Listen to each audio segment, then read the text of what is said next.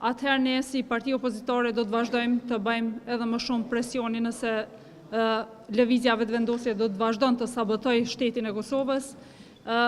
Unë e di që Serbia nuk e njeh kushtetutën, po që edhe pushteti nuk e njeh kushtetutën, nuk e kemi ditë dhe pavarësisht gjithasaj që ne do të bëjmë përpjekje që të thirrim lëvizjen vetëvendosje dhe të bëjë konstituimin e kuvendit. Mbrëmje kemi pa që LDK-ja ka dalë me një konferencë dhe ka thënë që nuk ka asnjë arsye për me vonu konstituimin e kuvendit, andaj sot i bëjmë thirrje lëvizjes vetëvendosje që ta bëjë konstituimin e kuvendit dhe të vazhdojmë me procedurat tutje.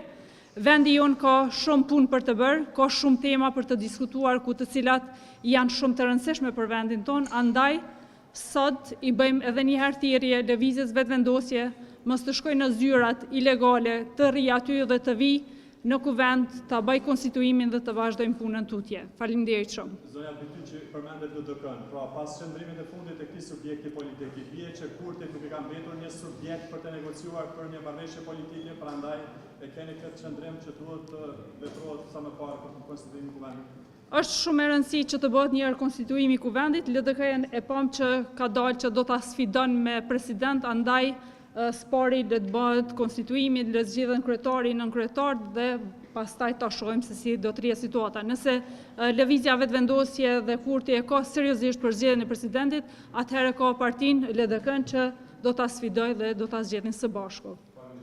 Faleminderit.